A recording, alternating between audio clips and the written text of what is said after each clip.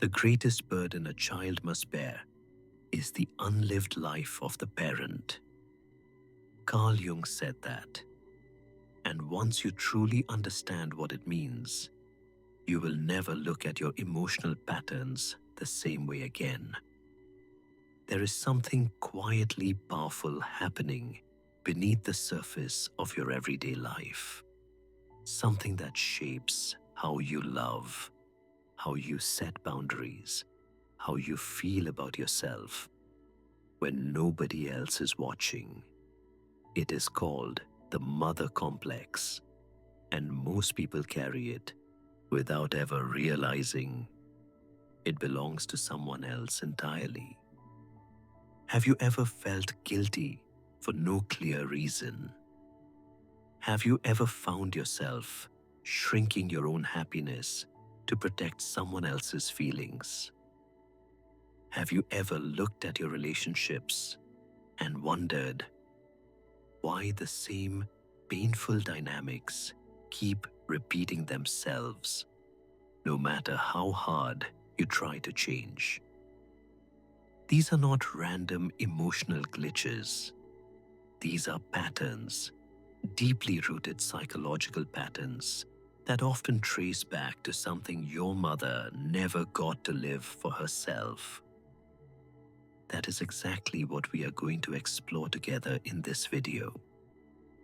We are going to look at why you feel unexplained emotional weight, why you sometimes live as though you are carrying a story that was never actually yours to carry, and how understanding this can genuinely begin to set you free.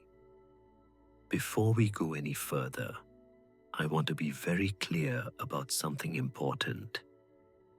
This is not about blaming your mother. This is not about turning love into resentment. This is about understanding a profound psychological pattern that quietly touches nearly every relationship you have ever had. There is a particular kind of guilt that is almost impossible to explain to someone who has never felt it. It is not the guilt that comes after doing something wrong. It is quieter than that, more persistent, more shapeless. It is the feeling that you are somehow too much, that your needs are an inconvenience, that your happiness requires an apology, that simply existing at full volume is a kind of selfishness. You wake up with it, you carry it through ordinary moments, and no matter how much inner work you do, it seems to return without invitation. Carl Jung identified this feeling as a profound psychological signal. He believed that when a person carries this kind of groundless, low-level guilt, it often means they are not fully living their own life. Instead, they are unconsciously living out the emotional, unlived life of their mother, absorbing her unfulfilled longings, her suppressed pain, her unexpressed desires, as though those feelings were their own. What makes this particularly powerful is that it happens before you ever had the ability to recognize it.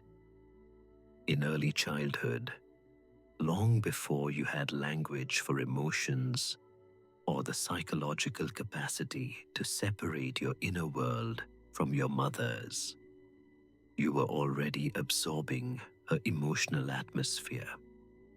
Her anxiety became your anxiety. Her grief became your grief. Her sense of smallness quietly became the invisible ceiling on your own sense of worth. And here is what matters most as we explore this together.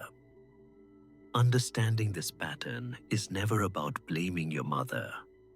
It is about recognizing something deeply embedded that has been silently shaping your choices, your relationships, and your anxiety ever since. Let us take a moment to properly define what we are actually talking about, because the word complex carries a lot of unnecessary baggage. When most people hear that word, they immediately assume it means something is broken, damaged, or psychologically wrong with them. Carl Jung meant something far more precise and far less alarming than that.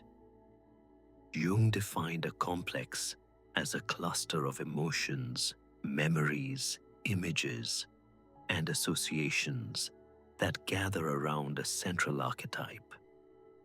The mother complex specifically organizes itself around the mother archetype, which is one of the most powerful inherited patterns in the human psyche. This archetype holds the energy of warmth, nourishment, unconditional love, safety, and protection. It is the psychological blueprint for what it means to be held, accepted, and cared for without condition. Here is something important to understand. Every single person alive has a mother complex. Its existence is not the problem. The problem arises when that complex becomes overloaded, when the actual lived experience with your real mother pours unprocessed emotional material into that archetypal container, and the complex begins to operate on its own, autonomously, beneath the level of your conscious awareness.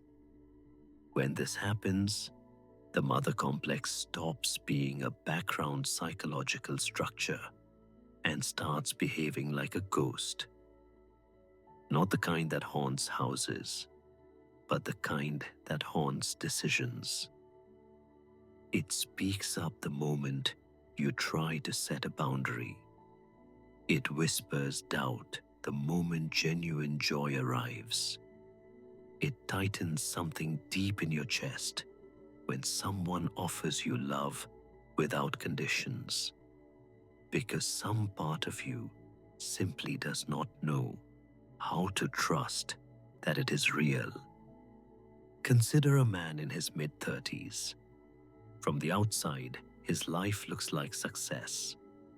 He has built the career, maintained the relationships, checked the boxes that signal a life well constructed. But privately, in the quiet moments when the noise of productivity fades, he feels hollow. Not depressed exactly, not broken in any way he can clearly name, just strangely absent from his own life, as though he has been living just slightly beside himself for as long as he can remember. This is a pattern Carl Jung documented repeatedly in his clinical work. The external architecture of the life looks sound, but the interior feels borrowed, shaped not by the man's own genuine desires, but by something absorbed long before he had the awareness to question it. Jung used a term for this process called participation mystique, a concept he borrowed from anthropologist Lucien Lévy-Bruhl. It describes a state of psychic non-separation, a porous boundary between two inner worlds, where one person absorbs the unprocessed emotional material of another, not through conversation or conscious choice, but simply through proximity and presence. For this man, that process began in childhood. His mother carried grief she never spoke aloud, longings she never pursued, a sadness that lived in the atmosphere of their home rather than in any direct expression. And because children are psychically open in ways adults have long forgotten, he absorbed it. He became, without knowing it, her emotional shock absorber, breathing in her suppressed pain daily, carrying weight that was never his to carry. In the invisible spaces that exist between words. To understand how a mother's unlived life transfers to her child, you first need to understand what Carl Jung meant by the shadow. The shadow is not evil. It is not dramatic. It is simply the part of the self that could not be faced. It is the dreams that were labeled unrealistic and quietly abandoned. It is the anger that was deemed unacceptable and pushed below the surface. It is the ambition, the sexuality, the grief, the wildness. Every part of the self that received silence, shame, or confusion when it tried to emerge and so learned to disappear instead. Here is what Jung understood with extraordinary clarity. When a person has never examined their own shadow, they do not neutralize it, they project it. And a mother who has never done her own inner work will inevitably project her unprocessed emotional material outward, and the child closest to her, the one completely dependent on her love for psychological survival, becomes the natural surface onto which that shadow is cast. This projection does not announce itself. It arrives in small, ordinary moments. A mother who suppressed her own ambition might look at her child, reaching towards something bold, and quietly say, "Are you sure you can do that?" Not from cruelty, but from the unexamined wound inside herself that was told the same thing long ago. A mother who was never allowed to express anger might unconsciously encourage her child to carry that rage for her, rewarding emotional intensity in ways that teach the child that anger is their role to hold. At this point in our exploration, something needs to be said clearly and with real emphasis, because it is the part that most people either miss entirely or resist when they first encounter it. Carl Jung was unambiguous about this. The mother is not the villain of this story. She is not a predator, consciously chose to transfer her pain onto her child. She is not someone who looked at her child and deliberately decided to make them carry her unlived life. Jung's position was precise and deeply compassionate. The mother is just as possessed by her own complex as the child becomes by hers. She received unprocessed emotional material from her own mother, who received it from hers, stretching back through generations in a chain of inherited psychological weight that nobody consciously chose, and very few ever had the tools to examine. The parent who projects is not cruel. She is simply someone who never had access to the inner work that would have allowed her to see what was living inside her. You cannot examine what you have never been taught to look for. You cannot process what the culture around you insisted did not need processing. Understanding this distinction is not optional for healing. It is essential. Because when you begin to see your mother not as the origin point of damage, but as someone who was also caught, also shaped, also carrying something she did not choose, something shifts. The weight of the complex changes shape, not because the impact on you is excused or minimized, but because you finally begin to see the full generational architecture of what you're actually dealing with. There is a particular wound that forms not from what was done, but from what was denied.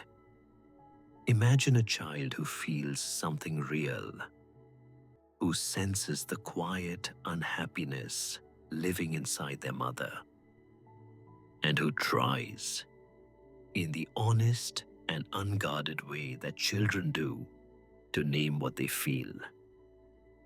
And imagine that child being told they are wrong, too sensitive, too dramatic, imagining things. Nothing is wrong. Everything is fine. Carl Jung identified this moment with striking precision. When a child accurately perceives the mother's unlived pain, and the mother cannot bear to have that pain reflected back at her, the mother attacks the mirror. Not always with anger, sometimes with dismissal, sometimes with a look, sometimes with a silence that teaches the child that their inner experience is not to be trusted. And when that happens repeatedly, the child learns a devastating lesson. They learn that their perception of reality is unreliable. So they stop looking inward for information and start scanning outward instead. They begin monitoring the room, reading faces, tracking emotional temperature, watching for the first sign of tension so they can respond before anything ruptures. This is the psychological foundation of anxiety, not the anxiety of imagined threats, but the anxiety of a nervous system that was trained in childhood to treat emotional danger as something that must be detected early and managed constantly. And that training does not stop at the front door of the childhood home. It follows the grown child into every room they ever enter, quietly asking who is upset, who needs managing, and which version of themselves is safest to be right now. Carl Jung spoke about a process he called differentiation, and it is central to understanding what genuine psychological health actually looks like. Differentiation is the healthy development of the ego separating from the unconscious. It is the gradual, often difficult process of learning to distinguish your own inner experience from the emotional material you have absorbed from others. Learning to hear the difference between your genuine desire and the obligation that was handed to you. Learning to separate your personal truth from the role you were assigned before you were old enough to question it. This is not the same thing as what develops inside the mother complex. What develops there looks similar on the surface, but operates from an entirely different place. Instead of the self separating from the environment and becoming more distinctly itself, the self dissolves into the environment, becoming exquisitely attuned to every shift in emotional temperature, every subtle change in someone's tone, every unspoken tension in a room. This is hypervigilance. And here is the cruel irony that Jung's framework helps us see clearly. This hypervigilance makes people appear extraordinarily capable. Others describe them as deeply intuitive, emotionally intelligent, remarkably easy to talk to. The person who always seems to know what you need before you say it. And all of that may be genuinely true. But underneath that capability lives something that rarely gets acknowledged: exhaustion. The particular exhaustion of someone who is not only feeling their own feelings, but simultaneously processing the emotional atmosphere of everyone around them, because their nervous system was trained from childhood to do exactly that in order to stay safe. The shadow projection absorbed in childhood does not politely stay within the walls of the family home. It travels. It follows the individual into every new environment they enter, and it is remarkably skilled at recreating familiar dynamics in unfamiliar places. In the workplace, it appears as someone who over-delivers consistently and under-asks almost always.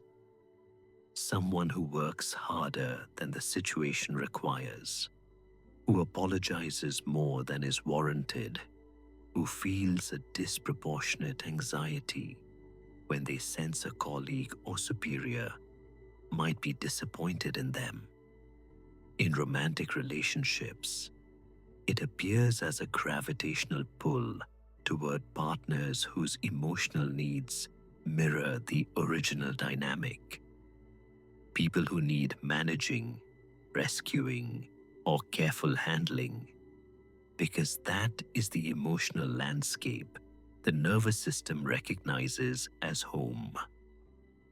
The specific behaviors that emerge are not random. They are written into the nervous system before conscious choice was ever possible. Shrinking in conversations, feeling genuine guilt for having ordinary human needs, mistaking the absence of conflict for love, because calm was so rare and precious in the original environment that it became confused with intimacy. And underneath all of these behaviors runs an invisible operating system installed in childhood through a very specific kind of conditional love. Praise arrived when you were performing. Silence arrived when you expressed needs. The unspoken lesson, absorbed before you had words for it, was that love is something you earn through usefulness, through emotional management, through making yourself small enough to be acceptable. That lesson does not announce itself in adulthood. It simply runs quietly in the background, setting the ceiling on your self-worth and the limits on how much joy you allow yourself to receive. Consider a woman in her early 40s who describes a feeling she has carried for most of her adult life. The feeling of slowly disappearing, not dramatically, not all at once, but gradually, like a voice that keeps trailing off before the sentence is finished. She notices it in conversations, where she consistently redirects attention away from herself. She notices it in her pattern of choosing partners who need saving, men and women who arrive with visible wounds that immediately activate something purposeful in her. She has always identified as a fixer, a caretaker, the one people call at difficult hours. what she has never understood is why. In working through her history, a picture emerges. Her mother was a woman of sharp emotional intelligence who had never once been given permission to use it for herself. Somewhere along the way, without conscious intention, her mother had begun using her daughter as a confidant, sharing burdens that belonged to adults, leaning in ways that quietly reversed the natural order of caregiving. And so this woman grew up with a felt sense, never spoken but deeply known, that her mother's emotional survival depended on her, that her presence, her attention, her willingness to absorb and hold and manage was what kept something fragile from breaking. She carried that felt sense directly into adulthood, into every relationship, into every workplace, into every moment where someone else's pain appeared and her own needs quietly stepped aside. This is precisely what Carl Jung meant when he described a person being possessed by the mother complex, not because the mother was cruel, but because the dynamic itself consumed the child's separate existence. Carl Jung documented something across many case profiles that is worth describing carefully, because it does not look the way most people expect transformation to look. It is not dramatic. It does not arrive with the force of a revelation that reorganizes everything in a single moment. It is quiet, almost ordinary. It arrives in a moment like this. A person hears themselves apologizing for something that is clearly not their fault. And instead of simply feeling the familiar pull of that apology, something slightly different happens. They see it. For the first time, they observe the pattern from a small but crucial distance, rather than being completely inside it. They catch themselves in the act of carrying something that does not belong to them. Jung considered this moment one of the most significant events a person can experience, because what follows that moment of seeing is a realization that quietly dismantles something that has been running for decades. The realization that they are not bad, they are not broken, they are not too much or not enough. They are simply someone who has been carrying weight that was never theirs to carry, weight that was placed there before they had any capacity to refuse it. And here is what matters most about that realization. It does not make the weight instantly disappear. The complex does not dissolve the moment it is seen, but it does something Jung called depolarizing the complex. It removes the complex's power to operate without your knowledge. The pattern remains the way a scar remains, but it no longer makes your decisions, chooses your relationships, or silences your voice before you have finished speaking. Jung called the goal of this work individuation. And it is important to understand precisely what that word means, because it is frequently misunderstood as a destination, a finished state of psychological perfection, where the complex no longer exists and the past no longer echoes. That is not what Jung meant. Individuation is not perfection. It is not the elimination of the mother complex, which Jung considered neither possible nor necessary. It is something more honest and more achievable than that.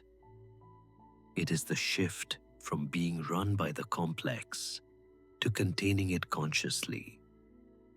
It is the gradual, non-linear process of coming to inhabit a self that is genuinely your own, rather than a self assembled from inherited projections, borrowed emotional material, and roles assigned before you had the awareness to question them. Integration means the complex remains, the scar stays. But a scar does not make decisions.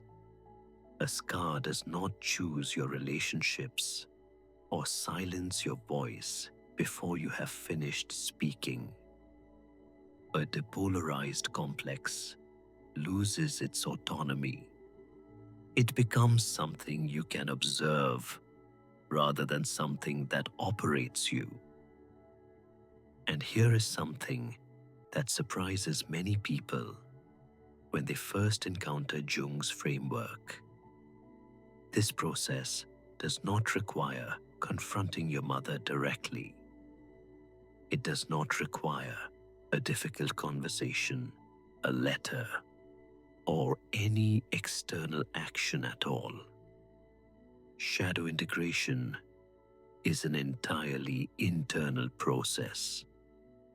It happens inside your own psychology, in your own interior landscape, as you return to the places where a false story about yourself was accepted as true, and you begin, carefully and with great patience, replacing that false story with something that is actually yours. Jung's answer to the mother complex was not to dismantle the sensitivity it created. It was not to become less perceptive, less attuned, less aware of the emotional currents moving through a room. His answer was shadow integration, and it begins with a simple but demanding practice. You examine your own interior. You look at the stories you absorbed about yourself before you had the language to question them.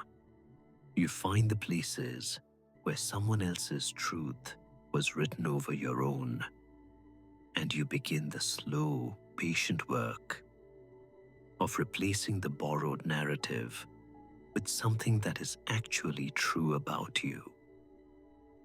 This does not require a confrontation with your mother.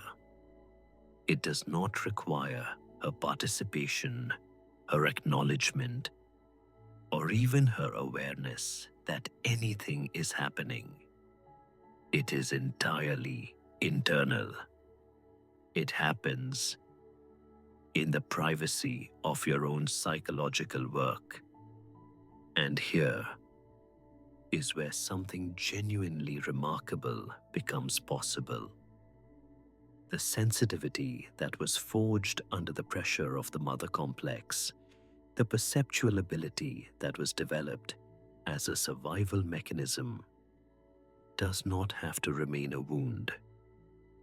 That same capacity, when integrated consciously, becomes something you can wield with intention, rather than something that wields you. Carl Jung pointed to a core distinction that clarifies everything.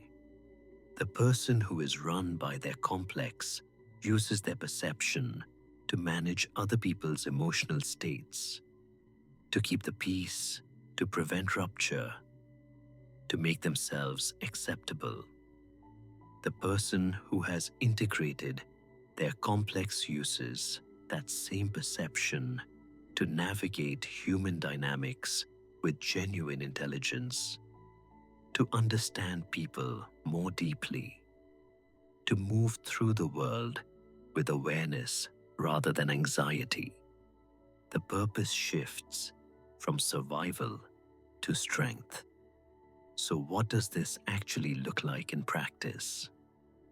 Here are 4 concrete steps drawn directly from Jungian principles that you can begin working with immediately.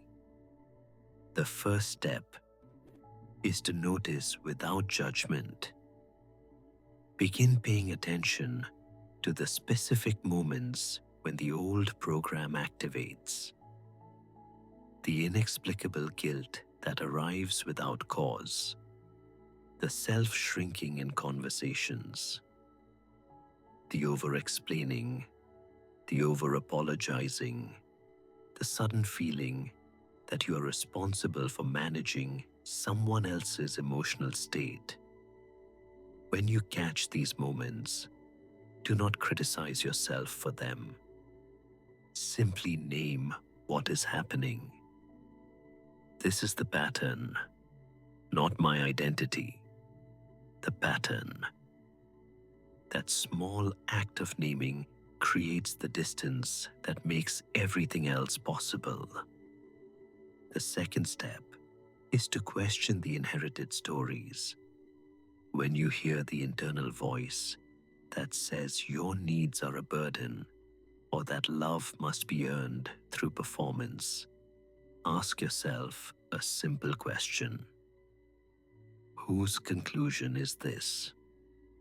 Because it is a conclusion drawn by a child from incomplete information in a context that no longer exists. It was never an objective truth about you. The third step is to allow yourself to be seen, not the managed, careful, acceptable version of yourself, but the actual self, with genuine desires, real frustrations, and honest limits. Practice letting that self exist in the presence of others. The fourth step is the most quietly powerful of all. Practice trusting your own inner experience first. Feel something and let it exist before you check whether someone else agrees with it or validates it. This builds the exact opposite muscle from everything the mother complex installed, and it is where the real freedom begins. We have covered profound ground together in this exploration. We began with Carl Jung's recognition that the deepest wounds we carry often belong to someone else entirely. We moved through the mechanics of the mother complex, through shadow projection and participation mystique, through the hypervigilance that masquerades as emotional intelligence, through the childhood moment when accurate perception gets told it is wrong, and through the quiet but transformative instant when a person finally sees the pattern rather than simply feeling it.